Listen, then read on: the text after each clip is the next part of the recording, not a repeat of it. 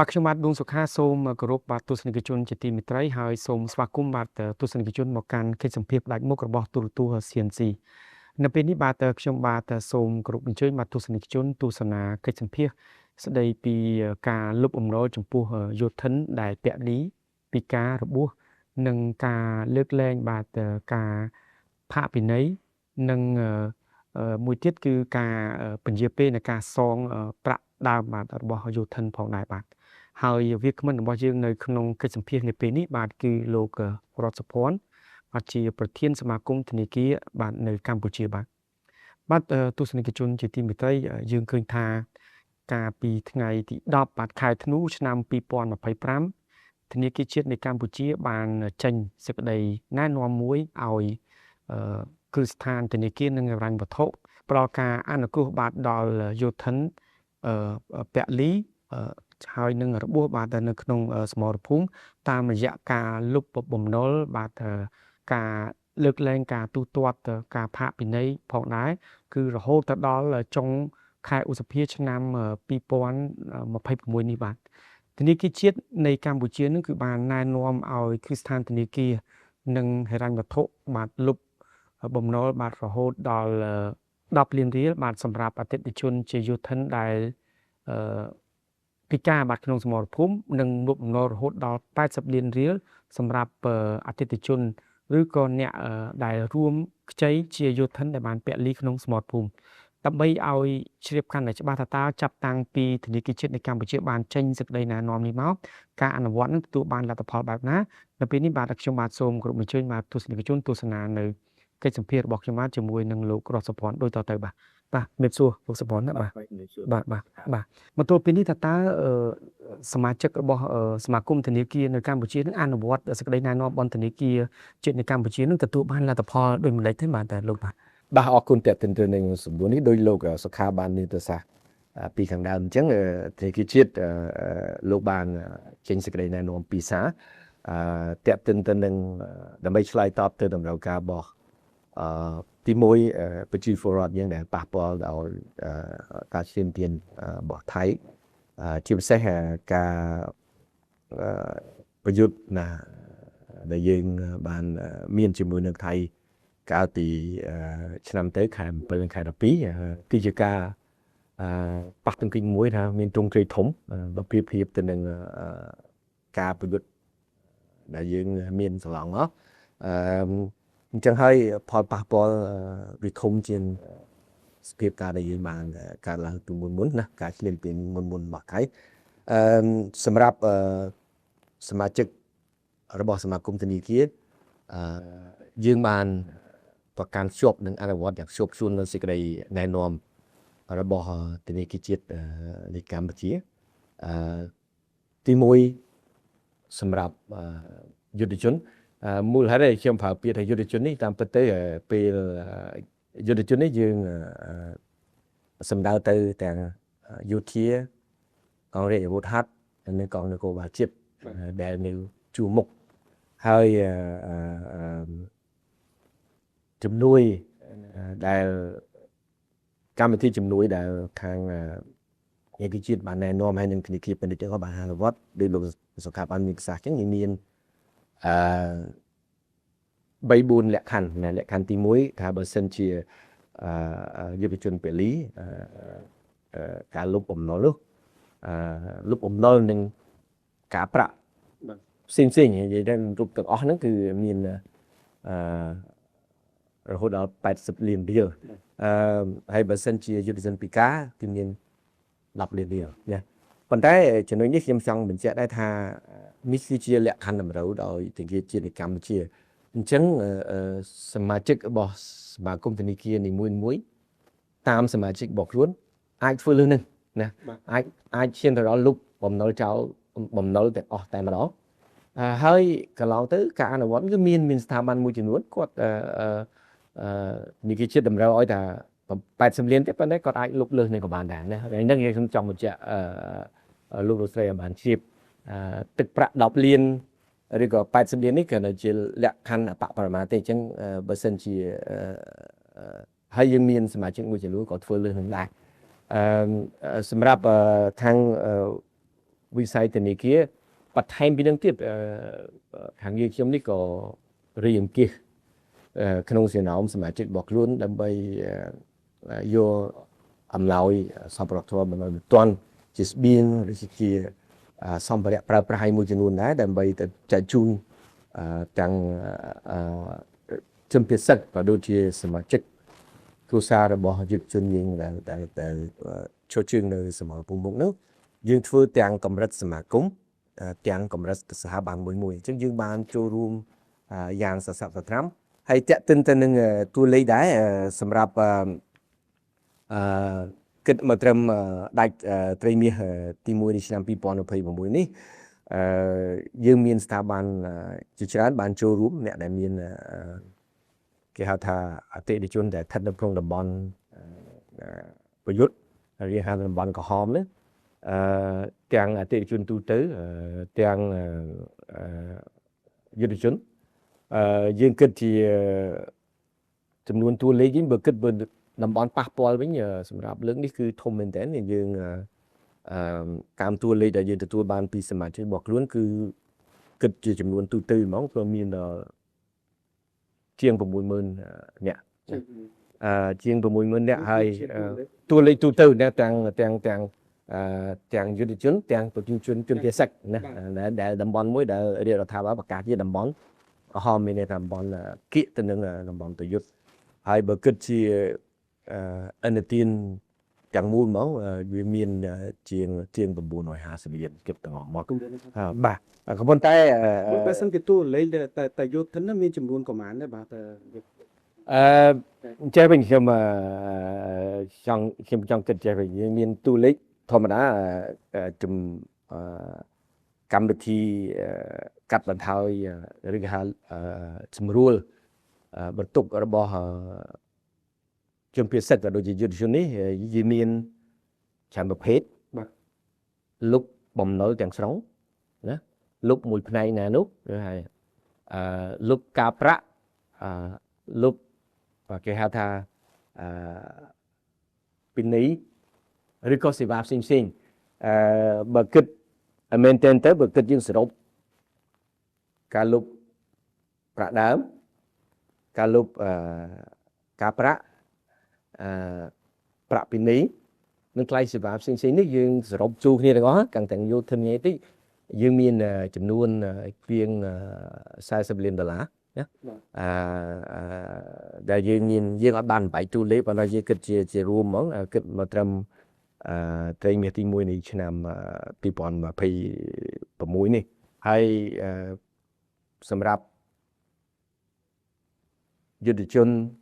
ក៏ដូចជាជនភាសាហ្នឹងបើយើងគិតទាំងអស់ទៅជាង60000នាក់ណាហើយក្នុងនោះក៏មានយុទ្ធជនយើងដែរហើយ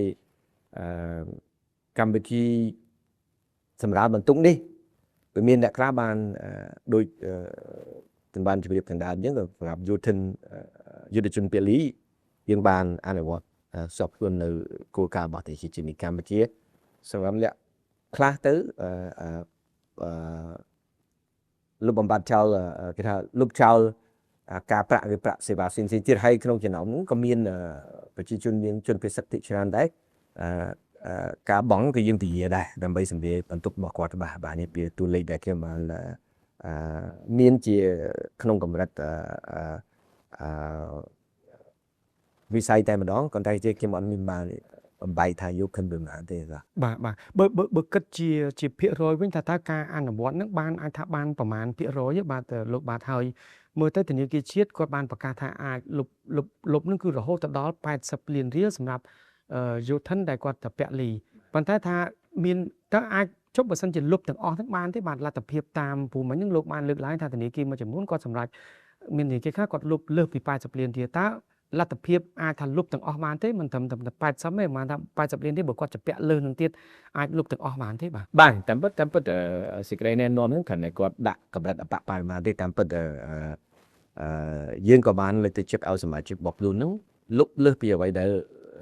ជាសេចក្តីណែនាំរបស់ធនាគារជាតិកម្ពុជាដែរហើយកន្លងទៅជាសង្កេតឃើញមានធនាគារមួយចំនួនខ្ញុំមិនចាំឈ្មោះទេប៉ុន្តែគាត់បានលុបចោលបំណុលទាំងមូលមកទៅតាម លទ្ធភាពរបស់ធនាគារមួយហើយឆ្លៀតឱកាសនេះដែរខ្ញុំក៏សូមថ្លែងអំណរគុណដែរចំពោះការចូលរួមរបស់ស្ថាប័នធនាគារទាំងអស់ដើម្បីសម្រួលបន្ទុកណាទាំងទាំងអ្នកចូលរួមដើម្បីអនុវត្តតាមសេចក្តីណែនាំរបស់ធនាគារជាតិនៃកម្ពុជាក៏ដូចជាពិសេសទៀតដល់អ្នកដែលធ្វើលើសពីហ្នឹងក៏សូមថ្លែងអំណរគុណយ៉ាងជ្រាលជ្រៅដែរខ្ញុំគិតថានេះគឺជាការចូលរួមរបស់វិស័យហើយយើងគិតថាប្រទេសជាតិយើងរងការលំបាកអញ្ចឹងយើងធម្មតាតែប្រទេសយើងសុខសាន្តយើងក៏ចូលរស់ស៊ីបានព្រាលដល់ប្រទេសយើងមានបញ្ហាអញ្ចឹងវិស័យត្រូវចូលរួមដើម្បីសម្រាលបន្ទុករបស់អតិថិជនក៏ដូចជាប្រទេសជាតិយើងដែរជាពិសេសចំពោះយុវជនដែលគាត់ឈរនៅខ្សែទ្វារមុខដើម្បីការពារប្រទេសជាតិពីការឈានពានរបស់ថៃបាទលោកបានមិញនេះបានលើកឡើងថាបើយើងមើលទៅលើស្ថានភាពវិស័យធនាគារនៅកម្ពុជាគឺល្អទោះបីជាមានធនាគារមួយចំនួនតូចហ្នឹងគាត់ជួបបញ្ហាប្រឈមជួបបីក៏ដោយប៉ុន្តែបើយើងកលេចមើលទៅលើការអនុវត្តសេចក្តីណែនាំរបស់ធនាគារជាតិដែលណែនាំឲ្យមានការលុបបំណុលការលើកលែងការផាកពិន័យការទូទាត់ការសងប្រាក់ដើមការពន្យាពេលអីហ្នឹងជាដើមហ្នឹងថាតើ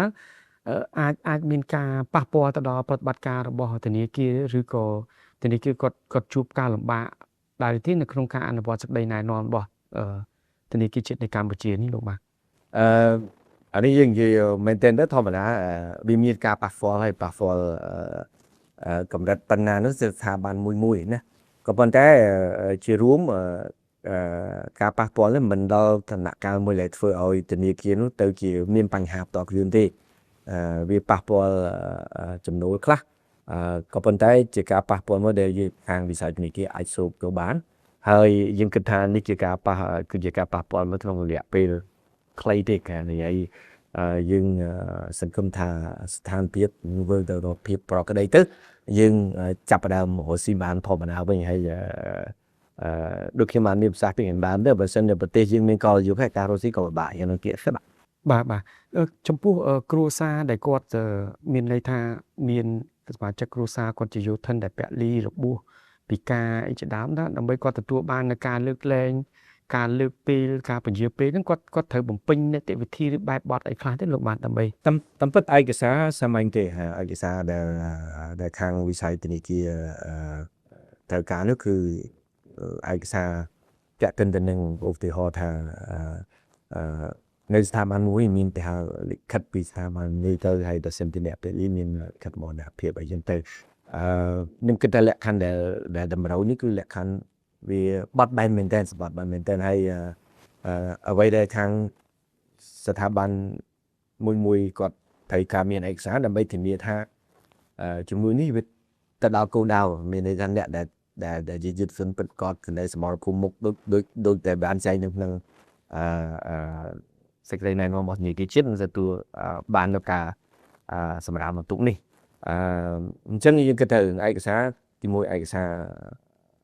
របស់សម័យខ្លួនផ្ទាល់ឬក៏ក្រុមគ្រួសារដែលមានហើយបើសិនជាមានឯកសារថែមពីខាងស្ថាប័នរបស់ខ្លួននោះគឺខាងខ្ញុំទទួលយកហើយយើងគិតថាឯកសារនេះជាឯកសារមួយយើងគិតថាជាឯកសារតិចពឹកបំផុតប្រយោជន៍មិនមែនមានន័យថានេះប្រយោជន៍របស់ស្ថាប័នមួយគឺដើម្បីធានាថាការសម្រួលបន្ទុកវាត្រូវនឹងបុគ្គលដែលគួរតែទទួលបានហើយជាក្នុងឱកាសនេះខ្ញុំ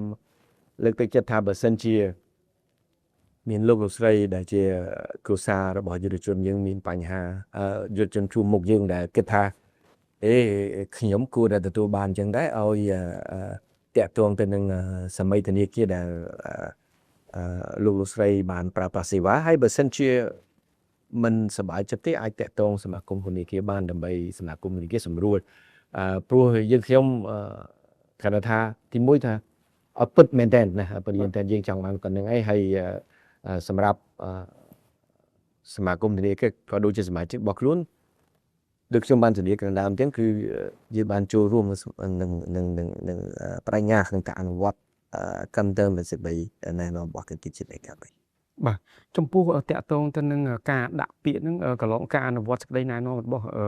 ធនាគារជាតិនៃកម្ពុជាហ្នឹងខាងយោធិនឬក៏គ្រួសារដែលគាត់ពាក់លីឬក៏អ្នករបួសហ្នឹងគាត់បានលើកជាសំណូមពរឬក៏យោបល់អីខ្លះនេះលោកបាទកន្លងមកនេះបាទ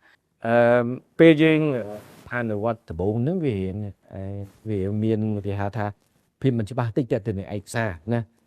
ក៏ប៉ុន្តែបន្ទាប់ក្រោយមកវាធម្មតាថាការអនុវត្តដំបូងវិស័យធនាគារក៏មិនយល់ថាយុទ្ធិនទៅមានឯកសារខ្លះហើយខាងគ្រូសាយុទ្ធិននោះទៅពិតថៃខាងនោះថៃកាយខ្លះយ៉ាងដែរយើងមានការច្រឡំហោខ្លះនៅការអនុវត្តពេលដំបូងប៉ុន្តែរហូតមកដល់ពេលនេះយើងគិតថាមានការរលូនជាងមុនហើយអ្វីដែលជាចំណុចល្អត្រង់ថាចេះ